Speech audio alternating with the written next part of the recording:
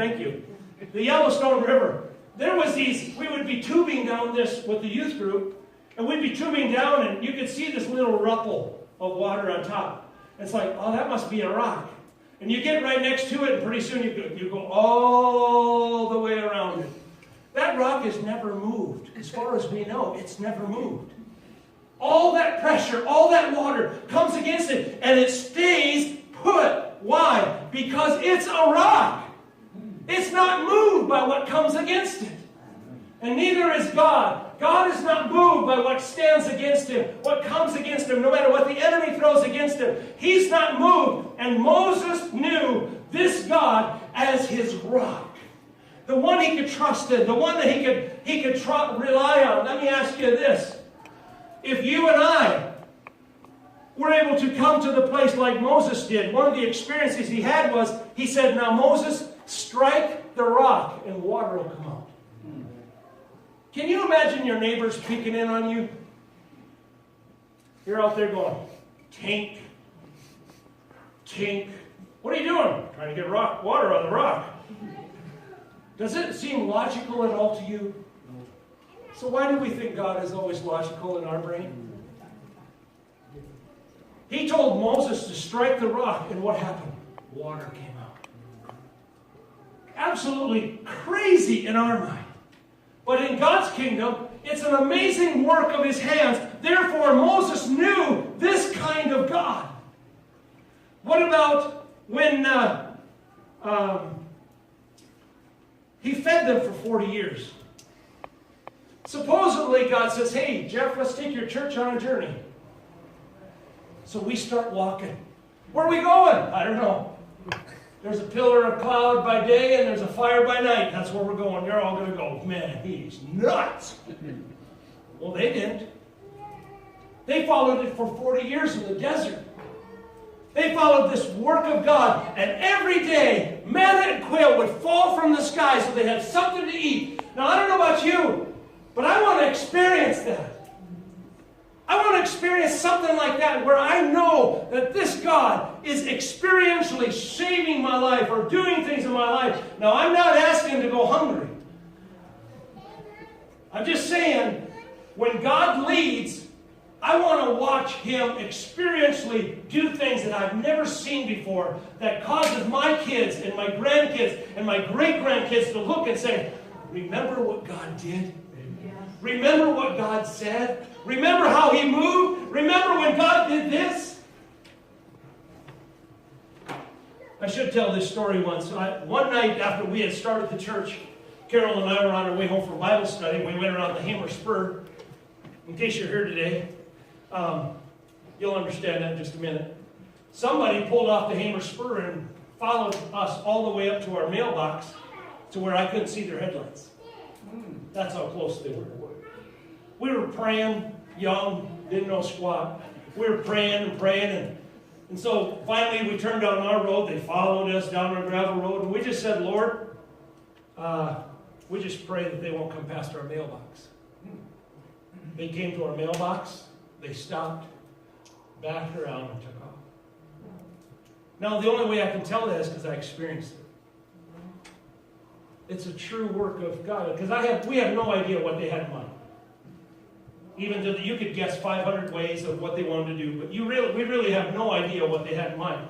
The reality is this, because I was there, I watched it, I drove it, I experienced it, it's going to be pretty tough for you to convince me otherwise.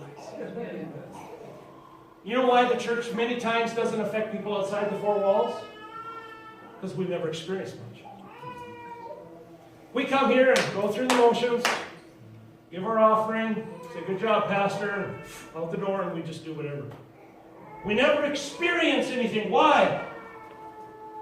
Part of the reason why I believe we don't experience these things is simply because we haven't let God see the hunger and the thirst of our own life. Matthew 5 says this, blessed are they, or happy are they, that hunger and thirst, for they shall be filled. If I'm not hungry for God, if I'm not thirsty for God, if I don't want to see what God is, do you think God's going to come and show himself to me? Let me just give you a good example. Before I met Carol, and we never dated, we met at college, neither her or I went around saying, hey, see this? Hey, see this? We didn't go around showing ourselves to people. Just because. Neither will God show himself just to anybody just because. He waits for a hunger and he waits for a desire, because once again, as everything like that should be waited till marriage, it should be like this. There should be this time when the husband and the wife come together and they can't wait to reveal themselves to each other, because in that there's intimacy. Well, God is waiting for his bride, the church, to come and say, hey, I want to be with you. I'm not willing to prostitute you with the world anymore. I'm not willing to go out and have an affair with you on the world anymore. I want you.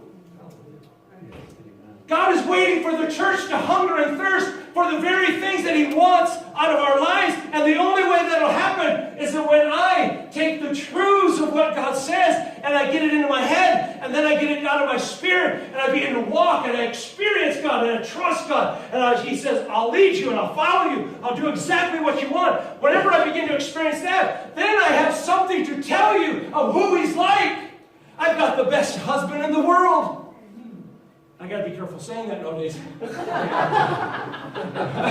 about that. I know I'm not gay. Sorry. But I am a part of the bride of Christ. Therefore, God is the husband. You know what I'm saying. Got myself out of that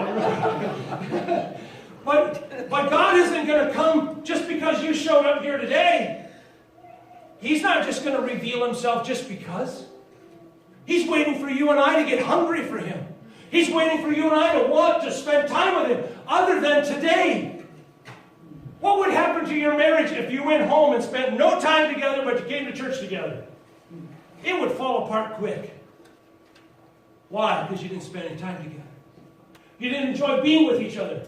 So why in the world did the church ever get the idea that we could come, spend a little bit of time with God, give him a little bit of money, prostitute, and say, here's some money, now give me what you got?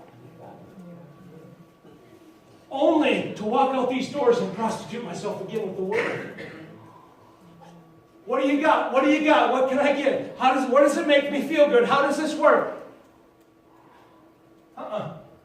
God is not interested in it. He's interested in revealing himself in a relationship. A relationship where you want to be with him and he wants to be with you. And because of that, there's this intimacy, and out of that comes this birthing of something that God can do inside of you that can't be done any other way.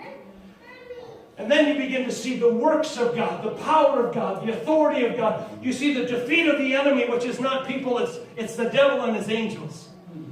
You begin to see everything begin to be destroyed. Why? Because I've got intimacy with God. He becomes my rock. Turn over to, I'm almost done, I promise. Turn over to Matthew chapter 7.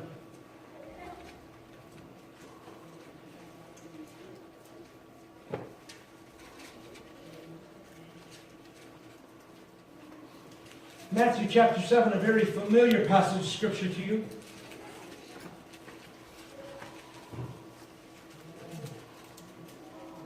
Verse 24, read this with me. Therefore, everyone who hears these words of mine and puts them into practice is like a wise man who built his house on the rock. Did you catch two things that can join together? One thing I learned in English was and usually connects two things. He says one who hears and puts into practice is like a wise man. Hears and puts into practice is like a wise man who built his house on a what? A rock. So what happens if you don't hear and put it into practice? You're foolish. The church is foolish to think that you can come here and just hear and walk out these doors and not do anything God asks. You're a fool. I am a fool. To think as a pastor, I could get up here and do this for a job and not walk out these doors and do anything that's written in this book. He who hears these words of mine and puts them into practice is like a wise man who built his house on the rock. The rain came down, the streams rose, and the winds blew and beat against that house, yet it did not fall. Did you hear any sunshine in all that?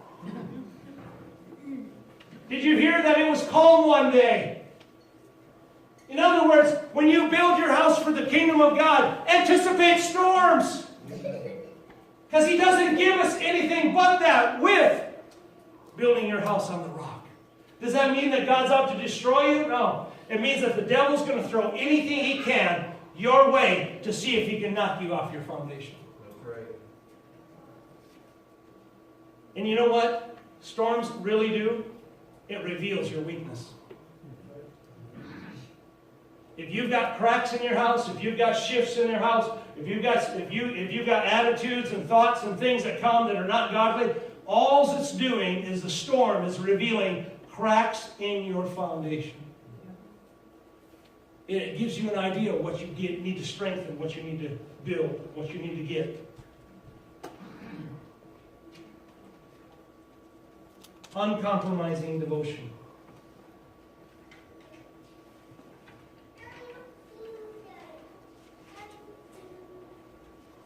If God were to come and stand here before us today, and He had the ability to say, built on a rock, built on a rock, not built on a rock, built on a rock, not built on a rock, built on a rock, whatever, what one would you be? Because the only one building is you. Nobody else can build your house. And the foundation isn't the problem. As long as Jesus Christ is the foundation's not the problem. The problem is what did I build on Jesus Christ? If it doesn't last the test of storm, it's not Jesus Christ that you're building upon. But if it does last, it's built on Jesus Christ, the rock, which allows your house to be able to stand in the midst of the storms, the seas, the way. Isn't it interesting that even while Jesus had the idea, we need to go to the other side, He gets in the boat in a short period of time and goes to sleep, while everybody else is going, man, I wish Jesus would get up here and help us. Man, doesn't He understand the storm is wild? Man, we're fishermen. We know what storms are like. Man, He should be out here helping us. Hey, don't you care? Or do you want us all to die? Do you think He was worried? Not at all. Why? Because He understood His Father's purpose. God wouldn't have told us to go across if He was only going to kill us. He had peace in the midst of the storm. Why? Because He knew what His Father said.